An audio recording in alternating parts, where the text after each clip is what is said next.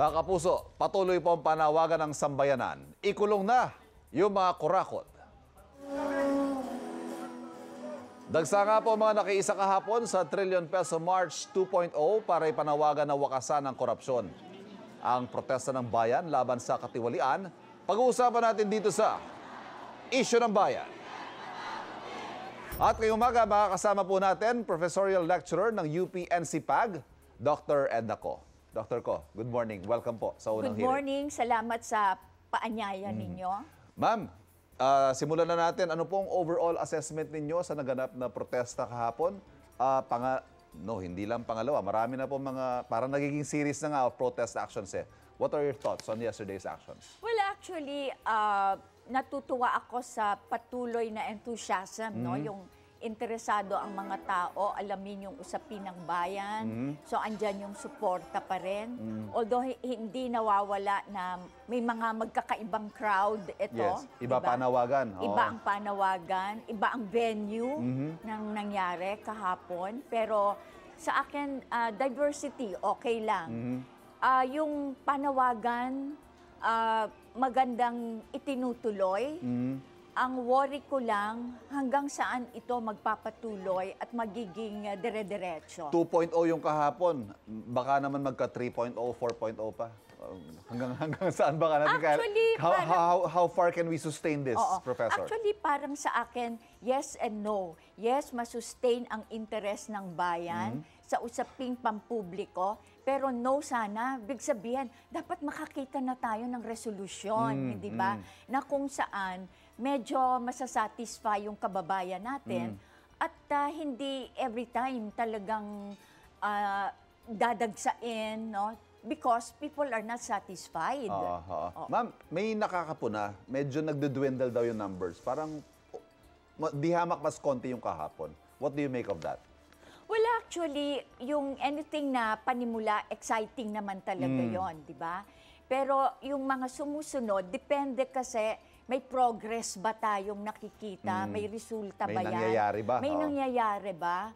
Kaya, paligay ko yun yung isang magiging exciting para sa kababayan natin kung may nakikita talagang malinaw at malaking resulta.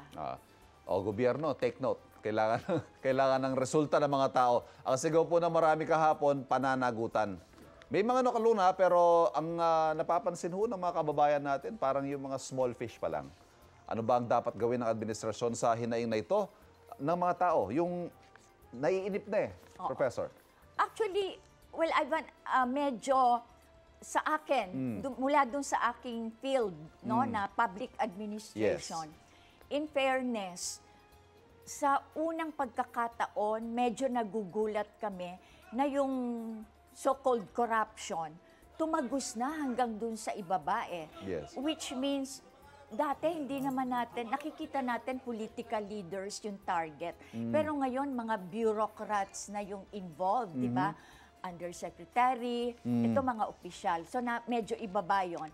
At ito yung mga nare-reveal, no? Nakikita na. So, sa akin, dapat lang makita yon ng bayan.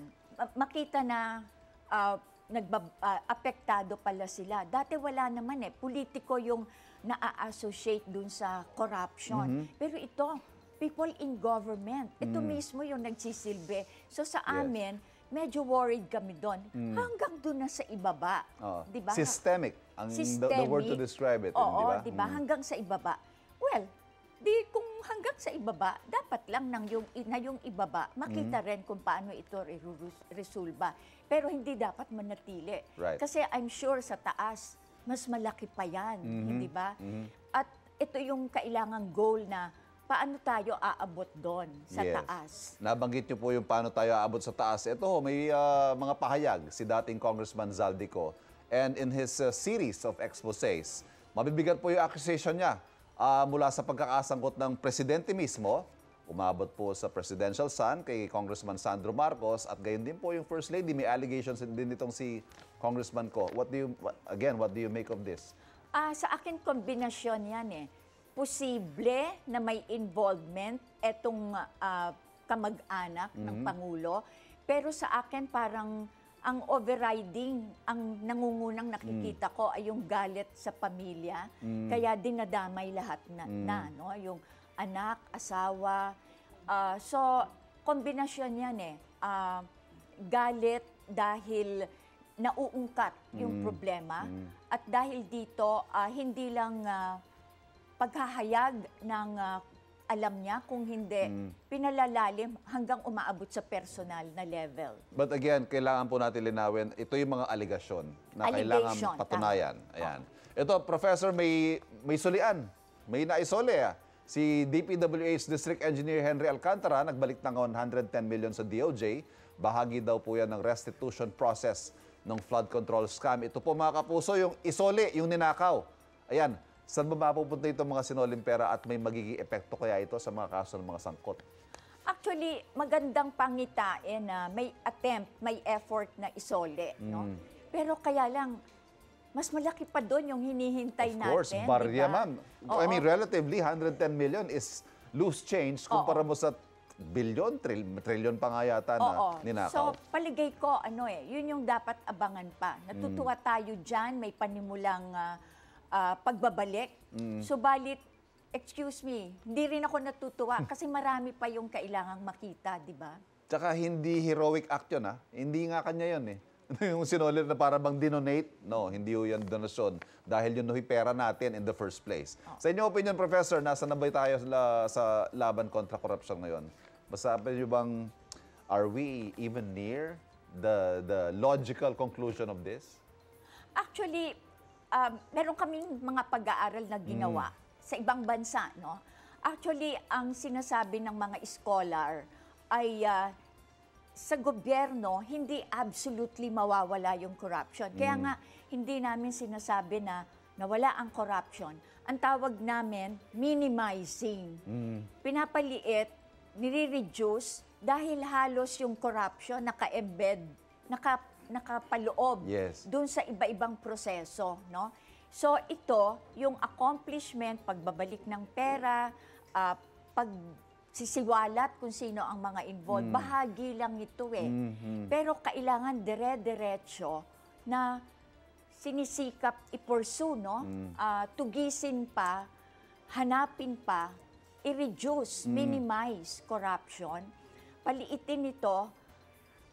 Duda ako kung parang totally mawawala yan. Ano? Yung accountability kasi yung kakambal niya eh. Gaano ba ka-accountable ang mga taong may hawak at may otoridad sa pondo ng bayan? So ito, ongoing yan. No? May nangyaring solian, pero hindi yan natatapos dyan. Pero siguro po as a people, again, maybe as a final message, as a people siguro, Professor, huwag nating tanggapin na normal na ninanakawan tayo. O hindi heroic na barya, ibinalik. Kakalimutan na ba natin yon? Hindi eh. Kailangan yung justice, yung accountability makompleto. Maraming salamat, Dr. Edna Ko. Thank you My very pleasure. much. Si Dr. Ko po ay professional o professorial lecturer ng University of the Philippines. Magbabalik po ako ng hirit. Ikaw, hindi ka pa nakasubscribe sa GMA Public Affairs YouTube channel? Bakit? Mag-subscribe ka na, dali na, para laging una ka sa mga latest kwento at balita. I-follow mo na rin ang official social media pages ng Unang Hirit. Salamat, Kapuso.